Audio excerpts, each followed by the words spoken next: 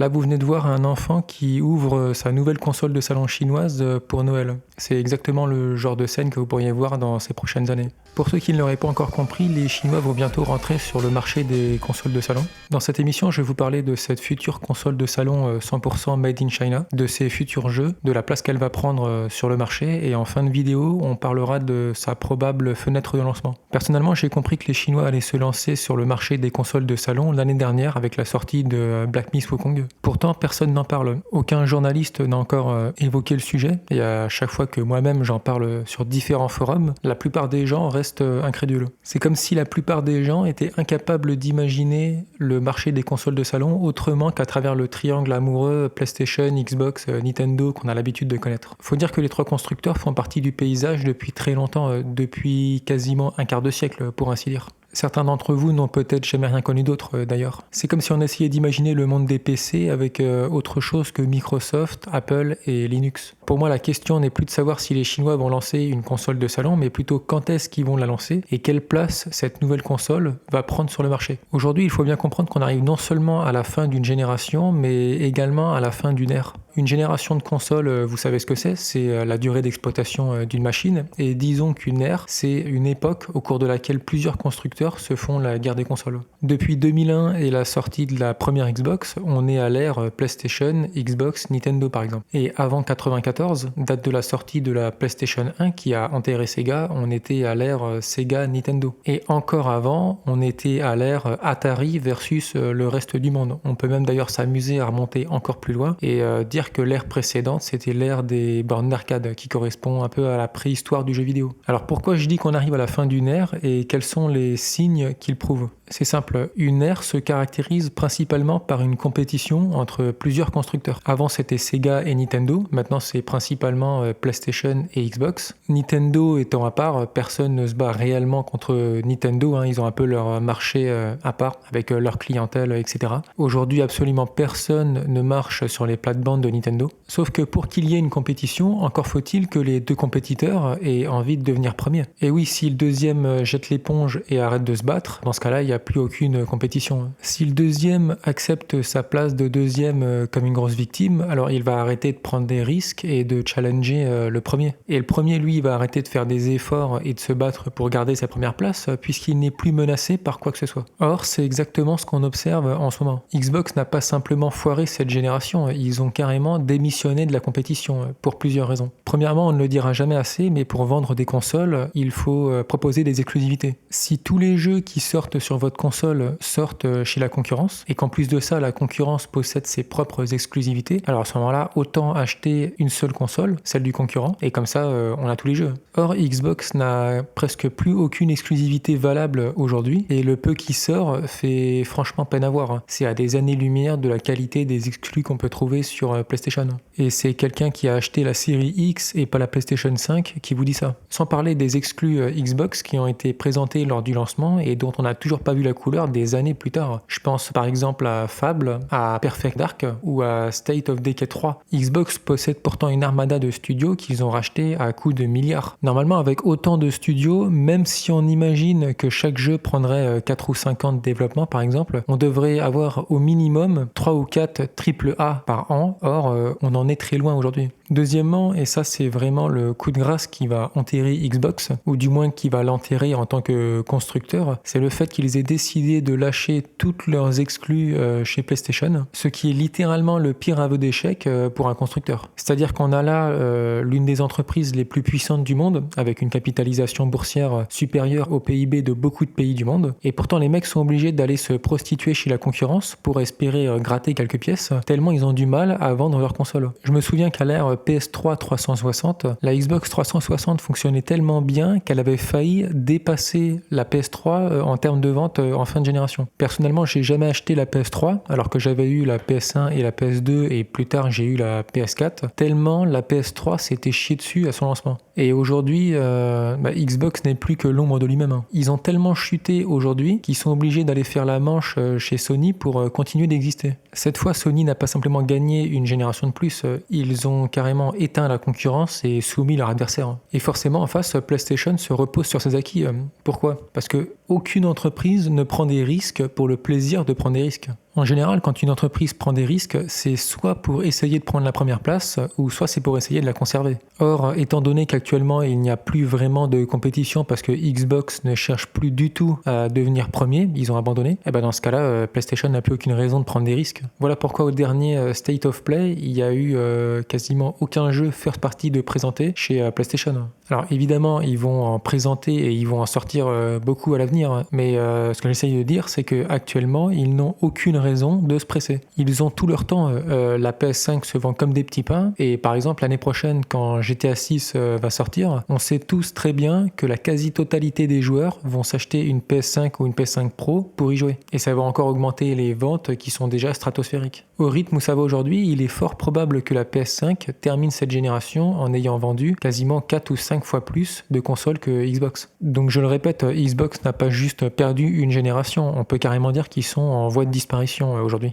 Or, si vous regardez, tout ce qui se passe aujourd'hui fait plus ou moins directement écho à ce qui s'est passé pendant l'ère Sega Nintendo. L'histoire est en train de se répéter. Pour vous en convaincre, regardez, je vais vous raconter une histoire. Un premier constructeur est déjà bien installé avec une console qui connaît un énorme succès, quand peu de temps après, un deuxième constructeur arrive pour le concurrencer avec une nouvelle console qui connaîtra un succès timide, mais un petit succès quand même. Ce deuxième constructeur tente alors de couper l'herbe sous le pied du premier en sortant à peine 3 ans plus tard sa nouvelle console qui va connaître cette fois un énorme succès. Malgré cela, le premier constructeur finira quand même par vendre plus de consoles à la fin de la génération. Ensuite, le deuxième constructeur sort un ensemble de machines qui mettra les consommateurs dans la confusion et qui connaîtra un flop monumental. Il tente ensuite de revenir avec une autre console dont le marketing sera basé sur la puissance mais qui manque clairement d'exclusivité sur le long terme pour convaincre. Et enfin, il sortira une ultime et dernière console dans un baroud d'honneur avant de disparaître complètement du marché des consoles. Ce dernier se reconvertira en éditeur de jeux. Et maintenant, je vais vous répéter mot pour mot la même chose mais avec des images de PlayStation et d'Xbox. Un premier constructeur est déjà bien installé avec une console qui connaît un énorme succès, quand peu de temps après, un deuxième constructeur arrive pour le concurrencer avec une nouvelle console qui connaîtra un succès timide, mais un petit succès quand même. Ce deuxième constructeur tente alors de couper l'herbe sous le pied du premier en sortant à peine 3 ans plus tard sa nouvelle console qui va connaître cette fois un énorme succès. Malgré cela, le premier constructeur finira quand même par vendre plus de consoles à la fin de la génération. Ensuite, le deuxième constructeur sort un ensemble de machines qui mettra les consommateurs dans la confusion et qui connaîtra un flop monumental. Il tente ensuite de revenir avec une autre console dont le marketing sera basé sur la puissance mais qui manque clairement d'exclusivité sur le long terme pour convaincre. Et enfin, il sortira une ultime et dernière console dans un baroud d'honneur avant de disparaître complètement du marché des consoles. Ce dernier se reconvertira en éditeur de jeux. Le parallèle est plutôt troublant, vous trouvez pas?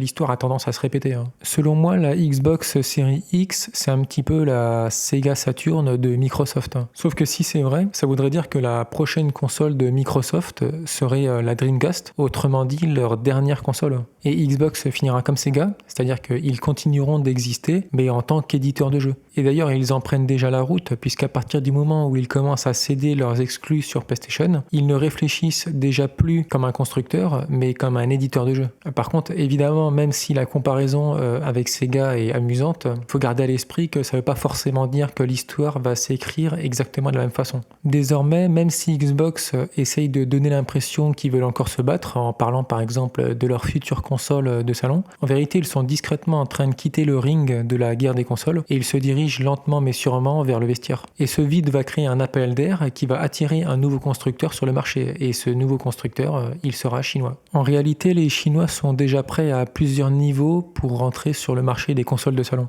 Depuis juillet 2015, le gouvernement chinois a officiellement levé toutes les restrictions qui existaient autrefois sur les consoles, autorisant désormais la fabrication et la vente des consoles dans tout le pays. De plus, la Chine a aujourd'hui tout ce qu'il lui faut pour se lancer dans la course. Ils ont les industries, ils ont les marques, ils ont les ingénieurs, ils ont des studios pour concevoir des exclusivités. Ils ont aussi littéralement des centaines de millions de consommateurs qui, exactement comme les Japonais, contribueront fortement au succès d'une marque nationale. Finalement, la seule chose qui manquait aux Chinois jusqu'à aujourd'hui, c'était une place sur le marché. Une place que Xbox est gentiment en train de leur céder. Grâce à l'arrivée d'un nouvel acteur sur le marché des consoles de salon, je suis intimement persuadé que le jeu vidéo va connaître un nouvel âge d'or, exactement comme à l'époque de la PlayStation 1 ou à l'époque PS3 360 qui a vu apparaître certaines des plus grandes licences du jeu vidéo d'aujourd'hui. Pourquoi un nouvel âge d'or ? Tout simplement parce que les Chinois ne s'inviteront pas sur le marché pour se contenter d'une deuxième place. Leur objectif, ce sera de devenir premier. Et qui dit volonté d'être premier dit compétition, et qui dit compétition dit évolution.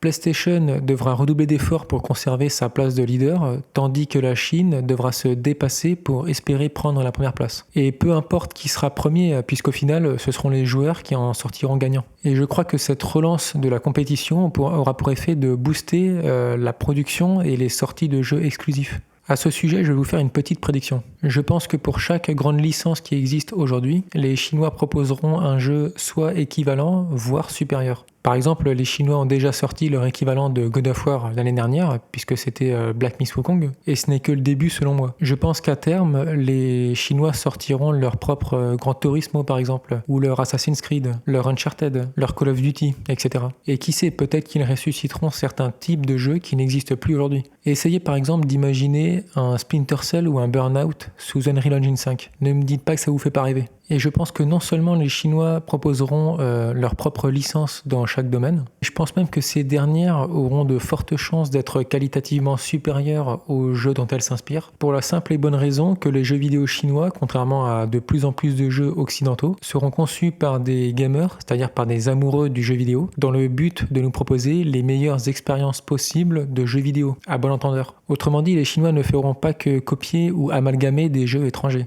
Je pense qu'ils vont rapidement innover et faire des propositions de jeux largement supérieures à ce qu'on trouvera en face. Les Chinois fonctionnent toujours comme ça. On présente souvent la Chine comme un pays qui copie. Mais quand on dit que la Chine copie, on ne fait que raconter la moitié de l'histoire. Oui, la Chine a l'habitude de copier dans un premier temps quand ils se lancent sur un marché, mais ils finissent toujours par innover dans un deuxième temps. On peut citer littéralement des centaines d'exemples où la Chine a d'abord commencé par copier pour se faire la main, pour ensuite innover et surpasser leurs concurrents. Dans l'automobile, par exemple, on sait bien que BYD a copié la Toyota Corolla avec leur modèle F3. Et aujourd'hui, ils sont les leaders incontestés du marché des voitures électriques et proposent des voitures haut de gamme qu'on trouve nulle part ailleurs. Et ils possèdent aussi les usines automatisées les plus avancées du monde. Dans l'armement, la Chine a d'abord acheté un porte-aéronef en 98, qu'ils ont rénové et remis en service, puis ils en ont fait une copie à partir de 2013. Et dès 2015, ils ont commencé à construire leur propre porte-avions 100% chinois. Dans l'aviation, ils ont d'abord copié le F-35 américain pour faire le FC-31, et aujourd'hui ils fabriquent leurs propres avions de 5e génération qui ne ressemblent à aucun autre. Dans les smartphones, les Chinois ont d'abord copié les téléphones Samsung et Apple, et aujourd'hui ce sont eux qui proposent les plus grosses innovations du marché. Idem pour les trains, jadis copiés, aujourd'hui à la pointe, avec le réseau ferry le plus long du monde. Idem pour l'architecture, qui s'inspirait autrefois de l'architecture soviétique, puis des métropoles américaines, et qui possède aujourd'hui les villes les plus futuristes du monde, avec des bâtiments avec une architecture et une taille complètement dingue. Dites-vous bien qu'aujourd'hui, la Chine est le pays qui enregistre le plus de brevets chaque année devant les Américains. Bref, on pourrait faire une vidéo de 2 heures juste sur ce sujet.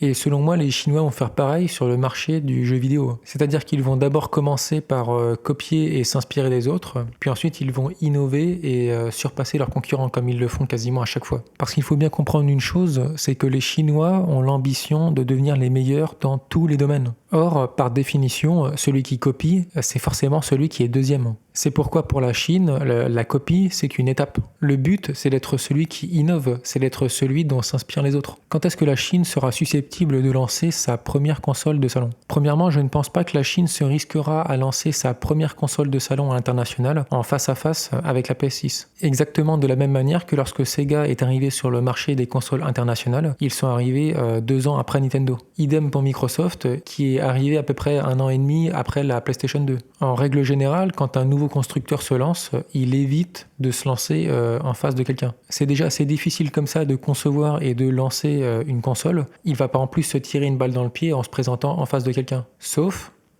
si ce quelqu'un est déjà à l'agonie et ne représente plus aucune menace. Sony, par exemple, n'a pas hésité à sortir sa PlayStation 1 en 1994, autrement dit pile en face de la Sega Saturn. Pourquoi ? Parce que Sega était déjà en difficulté à ce moment-là. Pour commencer, Sega s'est emmêlé les pinceaux après l'invention du CD. Au lieu de sortir directement la Sega Saturn après la Mega Drive, ils ont sorti cette espèce d'immondice que sont la Sega CD et la 32X qui venaient se greffer sur la Mega Drive. Et deuxièmement, avant même la sortie de Saturn, plusieurs rumeurs et critiques circulaient déjà parmi les développeurs, la presse spécialisée et les insiders de l'industrie concernant les difficultés techniques de la future console de Sega pour gérer la 3D.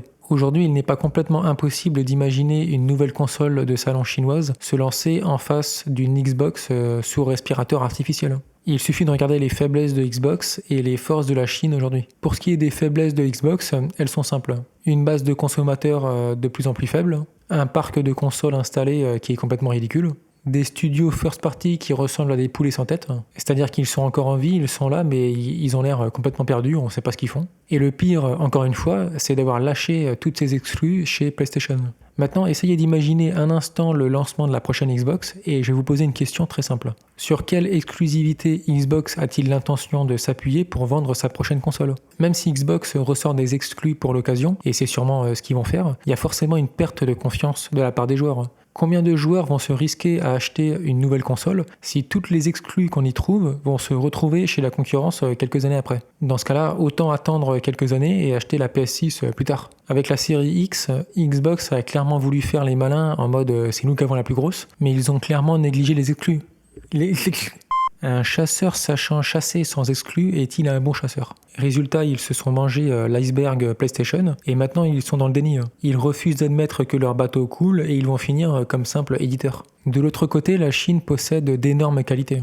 Premièrement, la console pourrait être proposée à un prix raisonnable en Chine puisque les Chinois maîtrisent toute la chaîne de production, de l'extraction des minerais jusqu'à l'étagère de la grande surface, en passant par les puces et autres composants. Les Chinois sont les seuls au monde à avoir la capacité industrielle de produire une console qui soit quasiment 100% de fabrication nationale. Alors forcément, cela permet de réduire considérablement les coûts qui sont causés par les intermédiaires habituels, comme ceux liés aux frais de transport et aux taxes d'importation des matières premières et des différents composants. Rajoutez à cela une main-d'œuvre pas chère et des frais de distribution eux aussi réduits grâce à la proximité entre producteurs et consommateurs dans le même pays, et tout cela permettra aux constructeurs chinois de proposer sa console à un prix imbattable en Chine. Et deuxièmement, l'une des plus grandes forces de la Chine, c'est évidemment ces centaines de millions de consommateurs qui se feront un plaisir d'opter pour une préférence nationale, exactement comme les Japonais qui favorisent des marques japonaises. Et troisièmement, la combinaison de ces deux éléments, à savoir la maîtrise de la chaîne de production et une base de consommateurs importante et fidèle, donnera à la marque une assise extrêmement solide, grâce à laquelle ils pourront se permettre de proposer des prix agressifs à l'étranger.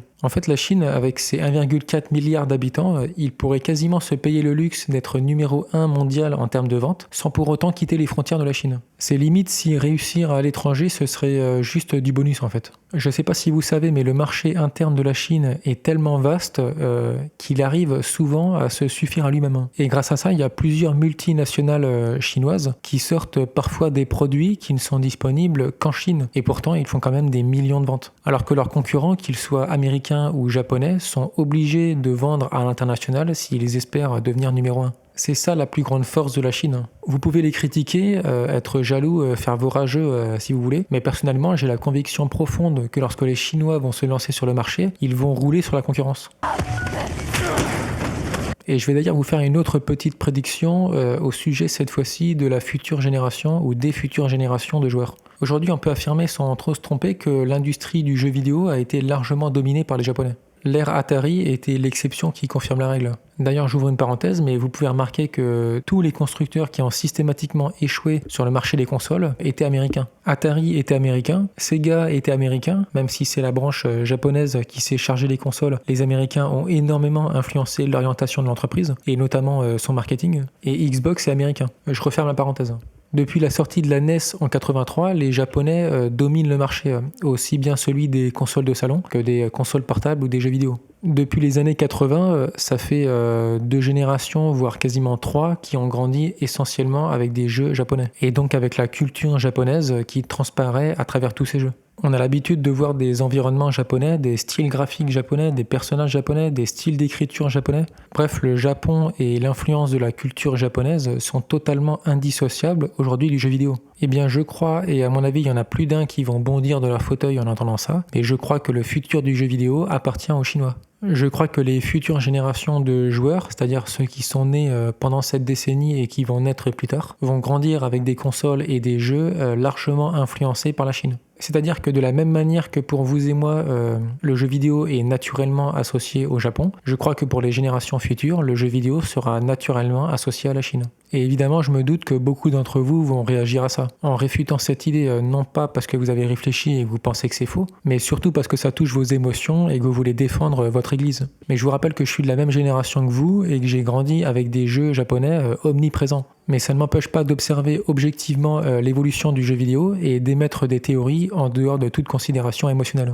Je pense que dans 15-20 ans, les jeunes de demain pourront potentiellement trouver les jeux japonais des années 90, 2000, 2010 aussi ringards et dépassés que ne le sont pour nous les jeux américains sur Atari des années 70. Et notre petite guerre des consoles PlayStation et Xbox paraîtra aussi bidon que l'est pour nous l'ancienne guerre des consoles Sega Nintendo. Je sais que c'est dur à imaginer quand on est encore en pleine domination des Japonais sur l'industrie du jeu vidéo, mais je crois sincèrement que l'arrivée de la Chine va bouleverser le rapport des forces. C'est justement tout l'objet de cette vidéo que de vous expliquer que, selon moi, on n'arrive pas juste à la fin d'une génération, mais carrément à la fin d'un paradigme, à la fin d'une ère, et que bientôt un nouveau compétiteur va arriver. Un nouveau compétiteur qui, il faut bien le comprendre, aura la volonté et la capacité technique et financière pour devenir le premier. Les Chinois vont développer en 4-5 ans des AAA que les Occidentaux et les Japonais mettent 7-8 ans à développer. Et ils le feront tous sur Unreal Engine 5. Black Myth Wukong n'était qu'un aperçu de ce qui va arriver.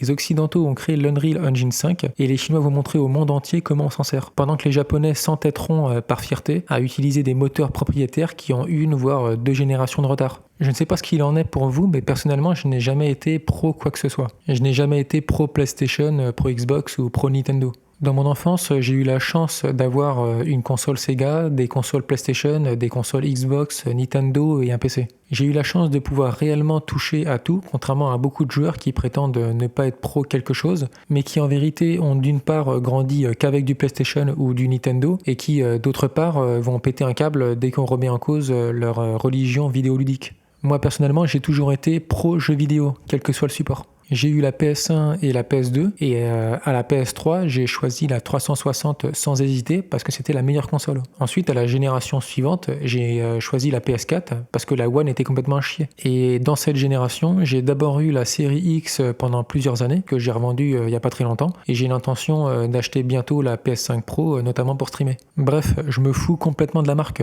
Ce qui m'intéresse moi c'est juste des bons jeux. Moi, je suis capable de passer d'une marque à l'autre du jour au lendemain sans aucun problème. C'est pour ça que je me réjouis de l'arrivée d'un nouvel acteur sur le marché. Faut se rendre à l'évidence, Xbox est devenu un espèce de crouton à bout de souffle qui a plus la force de se battre, et PlayStation se comporte comme un mec marié qui fait plus aucun effort pour séduire sa partenaire. Je crois que le jeu vidéo a besoin d'un nouveau compétiteur. Le jeu vidéo a besoin de sang neuf, et je crois que ce sang neuf peut et va être apporté par les Chinois. Maintenant, n'hésitez pas à me donner votre avis dans les commentaires, et abonnez-vous pour ne pas rater les prochaines émissions.